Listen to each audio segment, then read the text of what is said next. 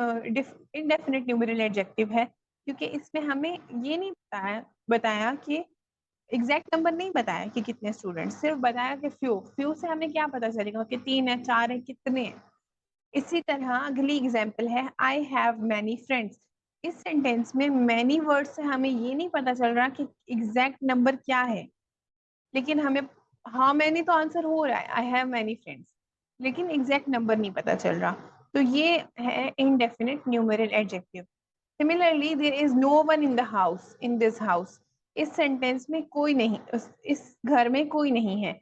इस सेंटेंस में no numeral indefinite numeral adjective है, क्योंकि इसने हमें एग्जैक्ट नंबर नहीं बताया है। चलिए आगे चलते हैं और सबसे लास्ट काइंड है न्यूमेरल एडजेक्टिव्स की, वो करते हैं, जो कि है distributive numeral adjectives. It refers to each one of a number. For example, each boy must take his turn. इस सेंटेंस में each distributive numeral adjective है, क्यों और कैसे ये हम देख लेते हैं। देखिए, distributive numeral adjective रेफर करेगा हर एक से, हर एक की बात होगी, इसमें स्पेसिफिकली किसी एक की बात नहीं होगी। फॉर एग्जाम्पल यहाँ पे जो हमने लिखी हुई है ना, ये देख लें और इसकी अगली वाली देख लें, everyone must obey their rules. हर एक को रूल्स फॉलो करने हैं। तो एवरीवन का क्या मतलब हुआ, हर एक, और ये डिस्ट्रीब्यूटिव न्यूमेरल एडजेक्टिव पे आ गया, ये सब की बात करेगा। से अगर टीचर है वो क्लास में स्टूडेंट से कह रही है कि एवरीवन मस्ट कीप क्वाइट, तो वो सबको कह रही है, तो everyone is related to everyone, like सारे। तो बता दें यहाँ तक। चलिए अगली वीडियो में हम एडजेक्टिव की नई काइंड करेंगे। आई होप तो आपको मेरे लेक्चर समझ आ रहे हो, और अगर कुछ समझ नहीं आ रही तो आप कमेंट सेक्शन में मुझे बता दीजिएगा।